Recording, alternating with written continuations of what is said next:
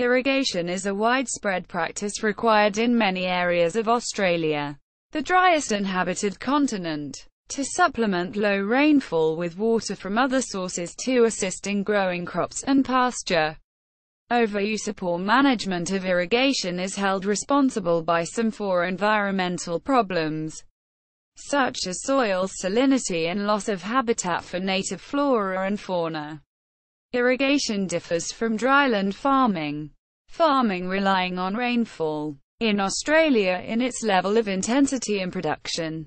Common crops produced using irrigation include rice, cotton, canola, sugar, various fruits and other tree crops and pasture, hay and grain for use in beef and dairy production. Surface irrigation is the most common irrigation method in Australia, with drip and centre pivot also utilised. All rights to use and control water are vested in the state, which issues conditional entitlements for a water use. The first large-scale irrigation schemes in Australia were introduced during the 1880s, partially in response to drought. In 1915 the River Murray Waters Agreement was signed, setting out basic conditions for the river's water use which remain in force today. Towards the end of the 20th century, environmental problems in the basin became serious as diversions for irrigation approached or exceeded the capacity of natural flows. Following negotiations beginning in 1985, the Murray-Darling Basin Agreement was signed in 1987. The more comprehensive National Water Initiative was adopted in 2004. Water sources. In general, water for irrigation comes from two main sources: river systems and underground aquifers. Major river systems used for irrigation in Australia include the Murray-Darling system, the Ord River in the Kimberley region of Western Australia, and many rivers along the east coast of Australia. This includes the Birdkin River irrigation area in North Queensland, where irrigation is used during the dry season for double cropping. A major source of groundwater in Australia is the Great Artesian Basin. Although the Murray-Darling Basin receives only 6% of Australia's annual rainfall, over 70% of Australia's irrigation resources are concentrated there, which makes up around 90% of the resources in the basin. It contains 42% of the nation's farmland and produces 40% of the nation's food. History. The first schemes for irrigation commenced in the latter half of the 19th century. Goulburn Weir, constructed from 1887 to 1891, was the first major diversion structure built for irrigation development in Australia. A major drought in Victoria from 1877 to 1884 prompted Alfred Deakin, then a minister in the state government and chairman of a Royal Commission on Water Supply, to visit the irrigation areas of California. There he met the Canadian brothers George and William Chaffee, who had worked on irrigation schemes in California. In 1886 the Chaffee brothers came to Australia and selected a derelict sheep station covering 250,000 acres, 1,000 square kilometers, at Mildura as the site for their first irrigation settlement.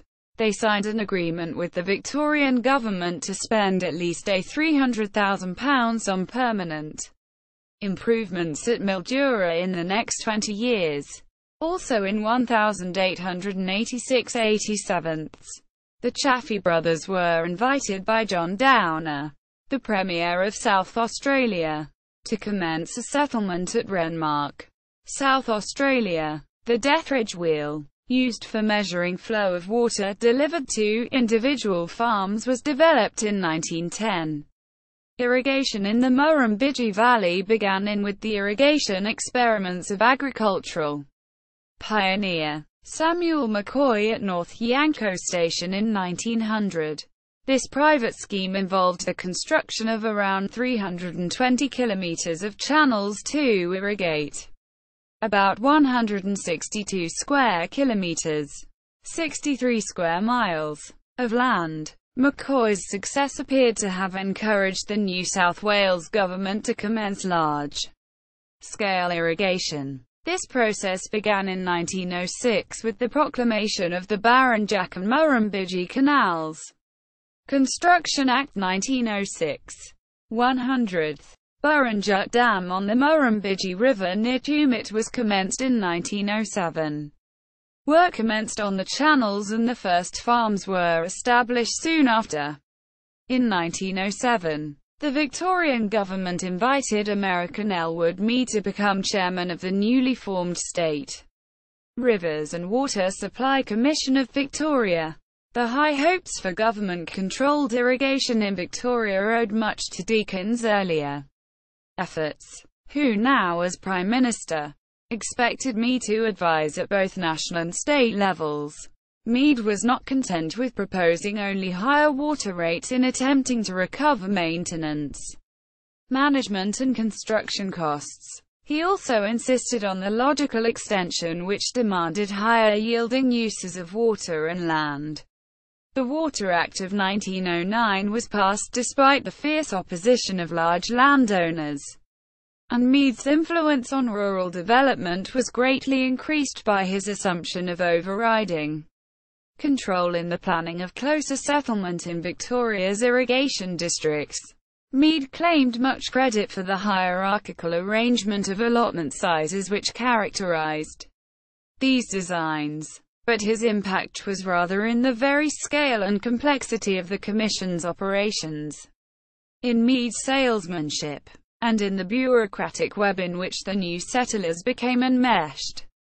Mead worked in Australia full-time for 4 years, but his involvement would continue until his resignation became effective in May 1915.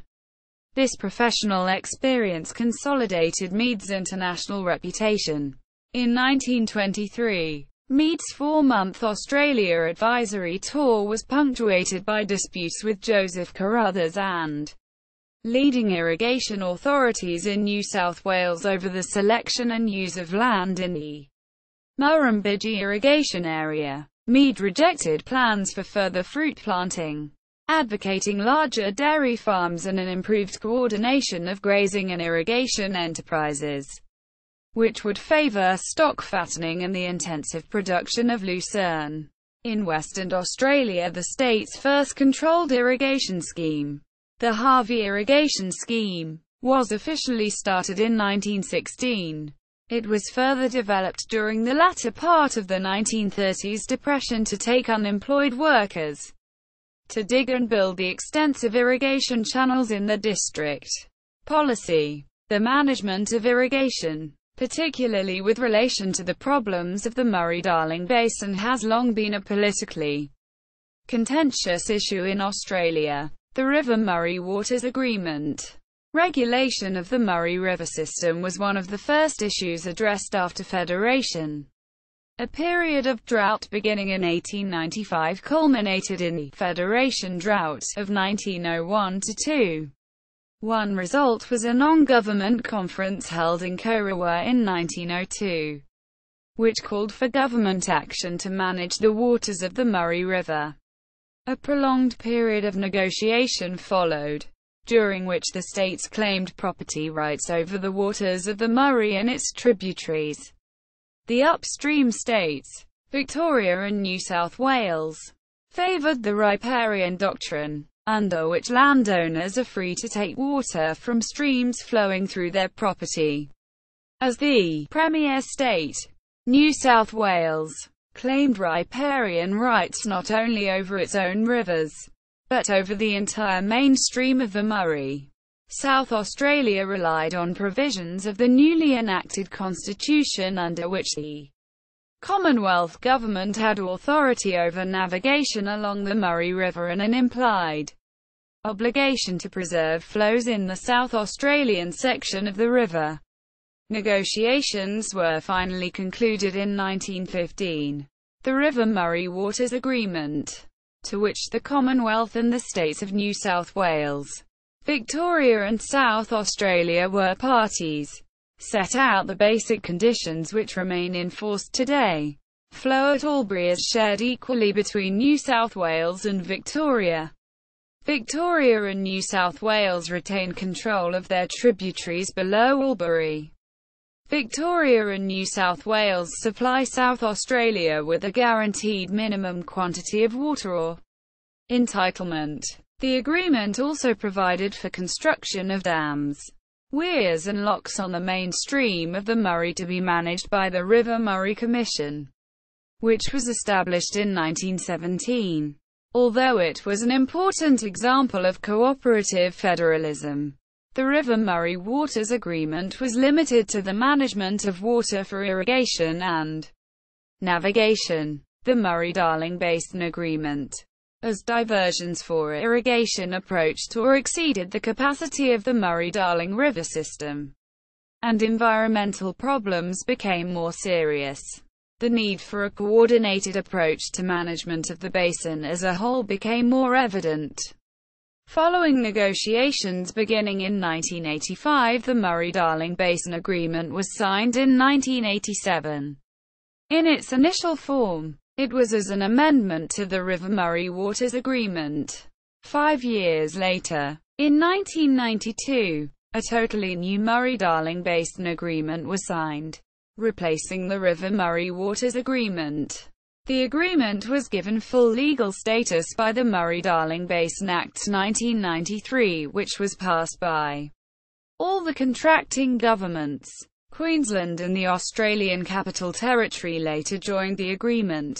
The stated purpose of the Murray-Darling Basin Agreement was to promote and coordinate effective planning and management for the equitable, efficient and sustainable use of the water, land and other environmental resources of the Murray-Darling Basin. To achieve this, the agreement established new institutions at the political, bureaucratic and community levels. These were the Murray-Darling Basin Ministerial Council, MDBMC, the Murray-Darling Basin Commission, MDBC, and the Community Advisory Committee, CAC. The National Water Initiative. The lack of satisfactory progress under the Murray-Darling Basin Agreement and the emergence of a variety of water policy problems elsewhere in Australia led to the adoption of the National Water Initiative in 2004. Key elements of the initiative included promotion of water trading and a commitment to restore at least 500 gigalitres of environmental flows to the Murray-Darling Basin. Production. Water consumption by the agriculture industry was 12,780 gigalitres. 2,810 times 10 to the power of 9 imp.gal. 3,380 times 10 to the power of 9 US.gal. In 2012-13, accounting for 65% of total water consumption in Australia during that period. Irrigation. Rural water providers were the main suppliers of distributed water in 2004-05, accounting for 6,637 gigalitres. 1460 times 10 to the power of 9 imp.gal. 1753 times 10 to the power of 9 US.gal. Or 59% of Australia's total distributed water supply. Since 2005, climatic conditions and reduced allocations have caused the total water consumed to decline by 30% from the 2004-2005 figure down to 8,521 gigalitres. 1874 times 10 to the power of 9 imp.gal. 2,251 times 10 to the power of 9 US.gal. In 2006, 2007 and further to 7,286 gigalitres. 1603 times 10 to the power of 9 imp.gal. 1925 times 10 to the power of 9 US.gal. In 2008-2009, the total gross value of irrigated agricultural production in 2012-13 was $13,431 million, up from $9,076 million in 2004-05 and $9,618 million in 2001. The gross value of irrigated agricultural production represents around a quarter, 23%, of the gross value of agricultural commodities produced in Australia in 2004-05, on less than 1% of agricultural land. Common crops produced using irrigation include rice, cotton, canola, sugar, various fruits and other tree crops and pasture, hay and grain for use in beef and dairy production. Cotton. Major cotton growing areas in Australia are New South Wales, Mungndi, Gwydir River, Walgett, Bourke, the Lower and Upper Namoi River, Macquarie River, Menindee, Lachlan River and Murrumbidgee River. Queensland, Central Highlands, Dawson Valley, Biloela, Darling Downs, Dirranbandi, St George, McIntyre Valley. In 2001-02, crop size was 420,170 hectares, 1,038,300 acres, producing 3,041,000 bales. Estimates for 2006-07 were for 142,032 hectares, 350,970 acres, producing cotton, a 66% reduction, producing a forecast crop of 1,171,765 bales, a 61% reduction. The total gross value of irrigated agricultural production in the cotton industry in 2004-05 was $908 million compared to $1,222 million in 2001. While demand skyrocketed, actual water use by the cotton industry fell by 37% between 2001 and 2004-05, due mainly to drought. The cotton industry used 2,896 gigaliters, 637 times 10 to the power of 9 imp.gal, 765 times 10 to the power of 9 US.gal. In 2001, 1822 gigaliters, 401 times 10 to the power of 9 imp.gal, 481 times 10 to the power of 9 US.gal. In 2004-05 and 793 gigaliters, 174 times 10 to the power of 9 imp.gal, 209 times 10 to the power of 9 US.gal. In 2008-09, rice. Irrigated areas in the Riverina produces the vast majority of rice grown in Australia, particularly in the Murrumbidgee irrigation area, Mia, but also the Murray irrigation area around Finley, Coleambally and Deniliquin areas. Today, more than 1 million tons of Australian rice is produced each year and exported to over 70 countries, generating $500 million in export income and supporting 63 towns in the Riverina and northern Victoria. Major rice mills are located in Leeton, Coleambally and the largest rice mill in the southern hemisphere in Deniliquin. The total gross value of irrigated agricultural production in the rice industry in 2004-05 was $102 million compared to $350 million in 2001. Water use by the rice industry fell between 2001 and 2004-05, due mainly to smaller planted areas during the drought. The rice industry used 2,223 gigaliters, 489 times 10 to the power of 9 imp.gal, 587 times 10 to the power of 9 US.gal. In 2001, 631 gigaliters, 139 times 10 to the power of 9 imp.gal, 167 times 10 to the power of 9 US.gal. In 2004, 05 and 101 gigaliters. 22 times 10 to the power of 9 imp gal. 27 times 10 to the power of 9 US gal. In 2008-09. Grapes. Wine. Dried and table grapes are grown commercially in all states and territories. Grape production is the fifth largest fruit industry in Australia. Of that production, wine grape production at over 1 million tonne, 980,000 long tonnes, 1,100,000 short tonnes per annum is almost 9 times the production of dried grapes and 14 times the production of table grapes. A comparison with other grape-producing countries throughout the world shows that Australia was the 14th largest producer of grapes in 1997. Towards sustaining that production, much of Australia's viticulture is located in irrigable areas, where water supply is reliable and well managed, with many new vineyards relying upon the availability of water pumped from rivers and streams. The Australian grape industry used a total of 439 gigaliters, 97 times 10 to the power of 9 imp gal, 116 times 10 to the power of 9 US gal. In 2006-07, equating to approximately 4.3 megaliters per hectare.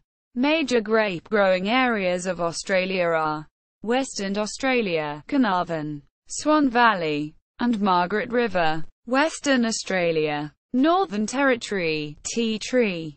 South Australia, Clare Valley, Barossa Valley, the Riverland, the Adelaide Hills and the southeast area of the state. Queensland, Mareeba, Rockhampton, Charters Towers, Mundubbera, Stanthorpe, Emerald, and St George. New South Wales, Hunter Region and Riverina. Victoria, Sunraysia, Swan Hill and Yarra Valley. Tasmania, Launceston. Water trading. In Australia, all rights to use and control water are vested in the states. Users are then issued various conditional entitlements to use water, and some of these entitlements can, in limited circumstances, be traded. Entitlements vary state by state and according to the use, source, legal form, level of devolution, security and transferability, among others. There has been a move across all states in recent years to move from older forms of water entitlement to more secure and transferable entitlements. Key parts of this move has been the separation of water entitlements from ties to particular parcels of land and the specification of entitlements with specific volumes and reliability. Where an entitlement is able to be traded, the transaction may take several forms, including temporary transfer of a seasonal water assignment, a permanent transfer of all or part of a water entitlement, or a lease over a set period of years. All transfers require approval from the various regulatory bodies to ensure it complies with trading rules designed to meet environmental and, in some cases, socio-economic objectives. Such rules may include approving trades only within a set zone at the exchange rate of trades between zones to reflect water losses in delivery or differences in reliability. Methods. Irrigation methods in Australia have improved over many years, allowing for more efficient production per megalitre of water used. Current methods include systems such as center pivot irrigation, impact, knocker, sprinklers, butterfly sprinklers, drip and surface irrigation. Surface irrigation remains the most common irrigation technique, accounting for 58.6% of the total area irrigated in 2013-14 compared to 10.8% for drip, 13.2% for center pivot and lateral move machines, and 4.4% for microspray systems. These values may change from season to season due to water availability and commodity prices. Furrow irrigation is the typical choice for row crops such as cotton, sugarcane and grains. Border check irrigation is the dominant technique for irrigating pasture. Center pivots and lateral move machines are also used within row cropping and pasture, fodder crops, and offer higher levels of control than furrow irrigation. Smaller-scale sprinkler systems such as solid-set systems with impact sprinklers are commonly used to grow vegetables and turf. Drip systems are found within most of the high-value perennial horticultural crops such as grapes and fruit trees. Center pivot irrigation is often used for grass and fodder crops where the water can be distributed over a considerable period of time. In other crops where moisture stress is a complex concern, for example during the growing of cauliflower, water is required to be distributed quickly 2 or 3 specific times per day at a rate of about 140% the evaporation replacement rate, and for this impact sprinklers set every 12 square meters or butterfly sprinklers set every 6 square meters are required. Drip sprinklers can be used on many spaced planting locations but typically will be found as gravity-fed systems on vineyards. Most if not all farms employ earthworks such as laser leveling to facilitate drainage and improve water use efficiency and uniformity. Environment. Overuse and poor irrigation practices have led to increased salt content in the soil, reducing the productivity of the land. Irrigation salinity is caused by water soaking through the soil level, adding to the groundwater below. This causes the water table to rise, bringing dissolved salts to the surface. As the irrigated area dries, the salt remains. At Wikipedia in the Riverina region of New South Wales, irrigation salinity is mitigated through a salt interception scheme that pumps saline groundwater into evaporation basins, protecting approximately 50,000 hectares of farmland in the area from high water tables and salinity. The subsequent salt has various uses, including as an animal feed supplement. The program has returned to production over 2,000 hectares of previously barren farmland and encouraged the regeneration of native eucalypts. See also: List of dams and reservoirs in Australia. Water security in Australia. Water supply and sanitation in Australia. Irrigation in viticulture. Irrigation in Australia. Facts and figures. PDF. Irrigation in Australia. Facts about garden.